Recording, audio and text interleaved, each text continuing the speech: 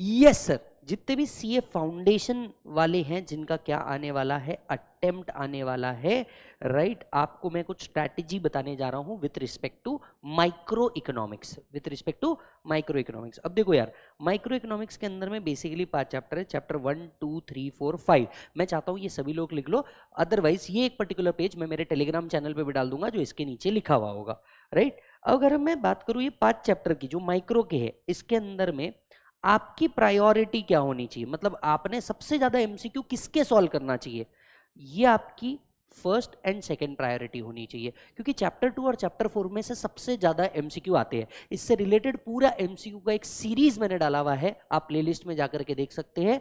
वहां पे मैंने मैराथन, एमसीक्यू मैराथन नाम से डाला हुआ है।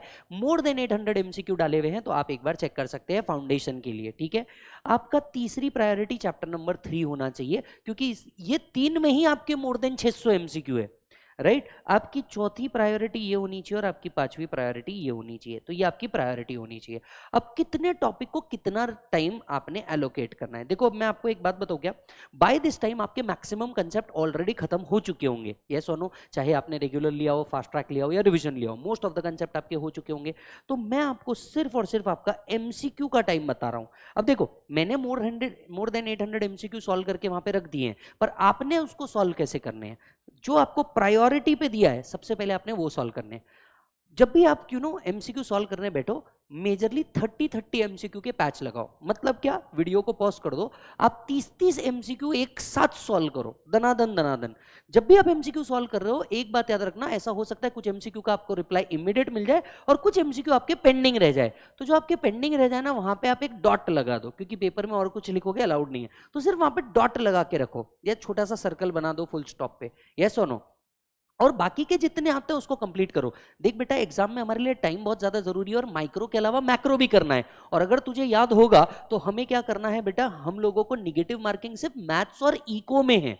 Are you getting the point? तो हमें क्या करना है, जल्दबाजी के अंदर में कोई भी एमसीक्यू के अंदर में गलती नहीं करनी, हमें उल्टा बहुत केयरफुली और थॉट देने के बाद करना है। तो जो एमसीक्यू आपको लग रहा है कि इसका आंसर यही है, आपने फटाफट उसको क्या कर देना चाहिए, टिक कर देना चाहिए। टिक करने के बाद वापस से 1 मिनट सोच लो कि क्वेश्चन क्या था। मैं हमेशा बोलूंगा ये स्ट्रैटेजी अपनाओ। इसके बाद जो जो एमसीक्यू पेंडिंग है उसके ऊपर जाकर के आपको क्या करना चाहिए, रिविजिट करना चाहिए। और ये 30 एमसीक्यू आपका एक बार देख के हो गया, इसके बाद आप वीडियो ओपन करो, जहां जहां आप अटके वहां मैंने रीजन भी समझाया कि क्या होना चाहिए। लगभग लगभग मुझे ऐसा लगता है कि चैप्टर नंबर 2 में आपने 2 आवर्स इन्वेस्ट करना चाहिए एग्जाम से पहले, 2 आवर्स एंड सेकेंड रिविजन और 2 आवर्स। मैं बोलता हूं कंसेप्ट करना ही मत, कंसेप्ट, क्योंकि आपका पूरा का पूरा रेगुलर में भी कवर हो गया, आपका इधर भी कवर हो गया। मैं आपके साथ एक और मैराथन शेयर करूंगा। मैंने ऑलरेडी 6 घंटे का मैराथन लेकर के रखा था। ये मैराथन एक्चुअली लास्ट ईयर का है, पर वो बिल्कुल रेलेवेंट है क्योंकि इकोनॉमिक्स में कोई चेंज आता नहीं है। तो वो 6 घंटे का मैराथन भी अगर आप लोगों ने देख लिया ना, तो आपका काम बड़ा आसानी से हो जाएगा। Are you getting the point? Yes, आपका काम कैसे हो जाएगा, बड़े आसानी से हो जाएगा और कुछ करने का काम नहीं पड़ेगा आपको। ओके, फिर चैप्टर नंबर 4 पे आपने एटलीस्ट 3 आवर्स इन्वेस्ट करना चाहिए और लेटर ऑन आपने 2 आवर्स इन्वेस्ट करने चाहिए। और प्योर एमसीक्यू, जहां सिर्फ एमसीक्यू में अटको वहां जाके कंसेप्ट देखो। मैक्सिमम बच्चे क्या गलती करते, कंसेप्ट पढ़ेंगे कंसेप्ट पढ़ेंगे कंसेप्ट पढ़ेंगे, नहीं, पूरा फोकस एमसीक्यू पे। एक एमसीक्यू भी गलत हो गया वो 1.25 मार्क्स लेके जाएगा। तो इतना पढ़ डालो या इतना देख डालो कि दृश्यम ही हो जाए, कि क्वेश्चन देखे और अपने को पता हो कि आंसर क्या है। और देखो बेटा, मैं ऑनेस्टली बोलता हूं, अभी जितने टाइम में तुम्हारी एग्जाम है ना, ये बिल्कुल पॉसिबल नहीं है कि तुम जाकर के कंसेप्ट के ऊपर 2-2 घंटा 3-3 घंटा वेस्ट करो। मेरा अगर आप मानो, as an very average student, आपने सीधा एमसीक्यू पे भिड़ जाना चाहिए। जहां अटको वहां कंसेप्ट देखो। तो ईमानदारी से अगर कंसेप्ट में दिक्कत है, वो 6 घंटे का मैराथन देख लेना, मैं आपके साथ शेयर कर देता हूं। वो 6 घंटे का मैराथन देख लेना, नीचे डिस्क्रिप्शन में भी रहेगा। काम खत्म, कुछ करने की जरूरत नहीं। दूसरा आपने क्या करना चाहिए, दूसरा आपने सीधे एमसीक्यू पे फोकस करना चाहिए।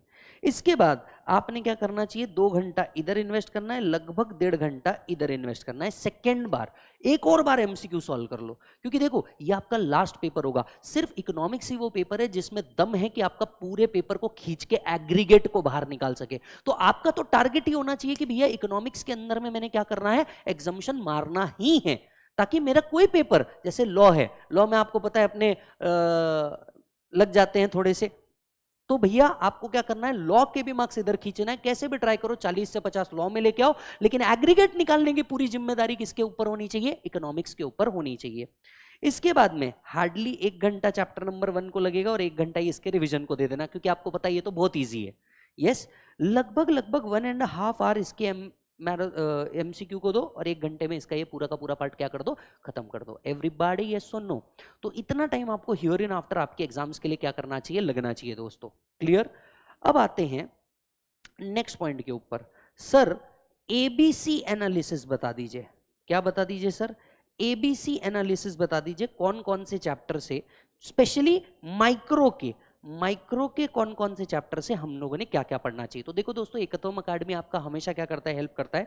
तो मैं आपको क्लियर कट बता रहा हूँ, चैप्टर नंबर 1 से क्या क्या पढ़ के जाना।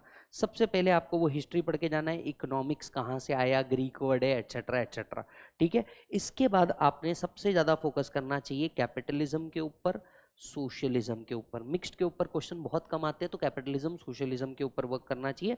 तीसरा, यहाँ पे आपने माइक्रो मैक्रो के ऊपर वर्क करना चाहिए। और साथ साथ में चौथा, इसी कंसेप्ट से positive economics and normative economics. बस ये कंसेप्ट अगर आपने कर लिया, राइट, तो आपका चैप्टर नंबर 1 लगभग खत्म हो गया। राइट, तो ये एक चीज कर लो आप। दूसरी चीज, चैप्टर नंबर 2 के अंदर में आपने क्या क्या करना चाहिए। अब चैप्टर नंबर 2 के अंदर में दोस्त क्या क्या आता है, पहले याद करके देख। चैप्टर नंबर 2 में क्या क्या आता है? पहला का पार्ट आता है आपका कंज्यूमर, फिर आता है आपका डिमांड, फिर आता है आपका सप्लाई। तो सबसे पहले आपका इलास्टिसिटी होना चाहिए, इलास्टिसिटी ऑफ सप्लाई। इसके प्रैक्टिकल क्वेश्चन ज्यादा सॉल्व करो rather than type of elasticity. ठीक है, तो इलास्टिसिटी ऑफ डिमांड के ऊपर बहुत सारे क्वेश्चन आएंगे, अकॉर्डिंगली सप्लाई के ऊपर भी बहुत सारे क्वेश्चन आएंगे। ठीक है, second, percentage method to measure the elasticity and arc method to measure the elasticity. काम खत्म, ये दो चीज आपने पढ़ लेना। सबसे ज्यादा प्रैक्टिकल क्वेश्चन इसी के ऊपर आने वाले हैं।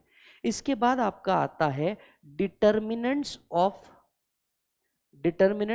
डिमांड। डिटर्मिनेंट्स ऑफ डिमांड के ऊपर बहुत सारा क्वेश्चन आता है। अब देखो, डिमांड शेड्यूल और डिमांड टेबल के ऊपर क्वेश्चन नहीं आते आपके, यस और no? Demand schedule, demand curve, इसके ऊपर नहीं आते। हाँ, क्वेश्चन किसके ऊपर आते हैं? Law of demand, law of supply के ऊपर क्वेश्चन आते हैं। तो आपने इसके ऊपर फोकस करके जाना। ठीक है, इसके बाद में आपका आता है expansion and contraction of demand, increase oblique decrease of demand, है ना? और लास्ट एक कंसेप्ट आपने पढ़ के जाना, exception to law of demand. तो अगर आपके पास अगर टाइम कम है और इकोनॉमिक्स में अगर आप कुछ पढ़ना चाहते हैं, इतनी चीज पढ़ के चल जाओ, चैप्टर नंबर 2 से तुम्हारा काम हो जाएगा। मतलब ये वो कोर एस्पेक्ट है जो आपको पढ़ना चाहिए। फिर आता है आपका चैप्टर नंबर 3। चैप्टर नंबर 3 क्या था बेटा आपका? चैप्टर नंबर 3 था आपका कॉस्ट एंड प्रोडक्शन। अब अगर मैं बात करूं, सबसे पहली बात तो फैक्टर ऑफ प्रोडक्शन की, तो फैक्टर ऑफ प्रोडक्शन के अंदर में मेजरली 2 फैक्टर पे सबसे ज्यादा फोकस करके जाना। एक है लैंड और दूसरा है लेबर, क्योंकि मैक्सिमम एमसीक्यू इन दोनों से ही आते हैं। तो लैंड और लेबर, इसके ऊपर आपने दिमाग लगा करके जाना। दूसरा आपका आता है law of variable proportion and law of return to scale. ये दोनों कंसेप्ट के ऊपर बिल्कुल रट के चल जाना, या जितने एमसीक्यू रट के चल जाना। Are you getting the point? तो law of variable proportion short run के अंदर में, और लॉन्ग रन के अंदर में law of return to scale. तो ये कंसेप्ट आपने पढ़ के जाना है, यस और no? Specially law of variable proportion पढ़ के जाना। इसके तो सारे एमसीक्यू रट के जाना। एमआर, एआर, टीआर, जब ऊपर जाता है तो MR is higher and AR is lower, पर जब नीचे आता है तो AR is lower, MR is higher. वो जो कंसेप्ट है आपका पूरा का पूरा, वो आपने तूफान तरीके से पढ़ के जाना, 2 से 3 बार पढ़ के जाना। इसके बाद कॉस्ट के अंदर में मेरे हिसाब से आपने एक तो रिलेशनशिप पढ़ लेना चाहिए। कौन सा रिलेशनशिप? अच्छा देखो, टाइप ऑफ कॉस्ट भी एक कंसेप्ट है, और टाइप ऑफ कॉस्ट में बहुत सारी चीजें हैं, पर आपने अकाउंटिंग एंड इकोनॉमिक कॉस्ट के ऊपर फोकस करना। एमसीक्यू आएगा तो इधर से आएगा, बाकी किधर से नहीं आएगा। और अगर आपने अब तक के मेरा एमसीक्यू देख लिया होगा सीरीज, तो आपको दिखा होगा कि सबसे ज्यादा क्वेश्चन इसी कंसेप्ट के ऊपर है। दूसरा, relationship of TFC, TVC and VC, that is TC. इसके ऊपर आपने देख के जाना। और इसके साथ साथ एक और कंसेप्ट ही है, कौन सा बेटा? मार्जिनल कॉस्ट, यस और नो?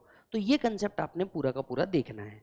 अच्छा, इसके अलावा आपका एक और चीज होनी चाहिए किसके अंदर में? कॉस्ट के अंदर में। याद करके देखो, कॉस्ट के अंदर में एक और चीज थी, कौन सी? आप इंक्रीजिंग रिटर्न, डिमिनिशिंग रिटर्न में जाते हो तो आपको मिलता है internal external economies, internal external diseconomies. याद आ रहा है मालिक आपको?